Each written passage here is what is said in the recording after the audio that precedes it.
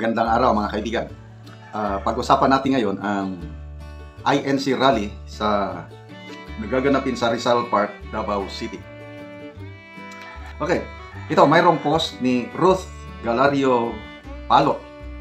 Isa siyang journalist na nakabase sa Davao City. Ipinost niya ito 15 hours ago.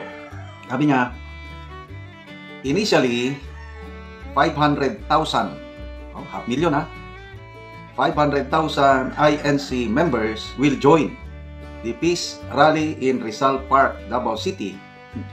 But the city government asked them to reduce it to 300,000. Grabe, no?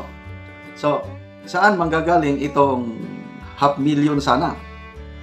According to Madam Ruth Galario Palo, manggagaling yan sa tatlong region. Region 11, which is Davao Region. Region 12, I think Jensan. And Bukidnon. So, Bukidnon lang yung kasi baka mamaya Cagayan de Oro, baka may rally din eh. Paki-comment nga kung may rally sa Cagayan de Oro. Saan pa ang ibang mga rally? Yung nabasa kong post ni Princess Maui, Zamboanga, may rally. I think Ormoc City, Ormoc or Orgeta, may rally. Cebu City, meron ding rally.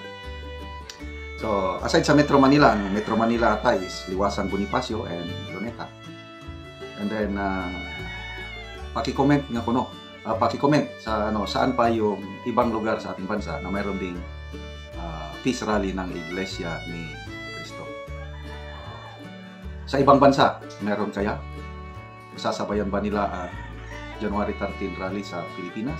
Panahon na para magkaisa tayo. Kalimutan muna ang politika. So, ang rally ito, suporta lang sa panawagan ng Pangulong Marcos Jr. na huwag nang ituloy ang impeachment. Which is true dahil hindi nakakatulong sa mamamayang Pilipino ang impeachment na yan. So, first time in history na ang rally ng Iglesia is open to all. So, sana yung mga mag-attend, huwag nang, peaceful lang. Kalimutan yung kampo ng Duterte o isipin lang natin ang kapakanan ng mamamayang Pilipino. Kasi kung magpapatuloy itong alitan ng politika, Marcos versus Duterte, ang mag-suffer ang sambayan ng Pilipino.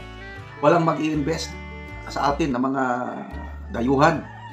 Aalis pa sila dito dahil we are projecting political instability. So sana makinig ang mga political leaders natin, both camps, na mag-tone down. Serbisyo muna, matagal pa ang 2028 eh. Kasi gusto nilang pataubin na si BP Sara para by 2028 hindi na siya makakatakbo. So matagal pa yun.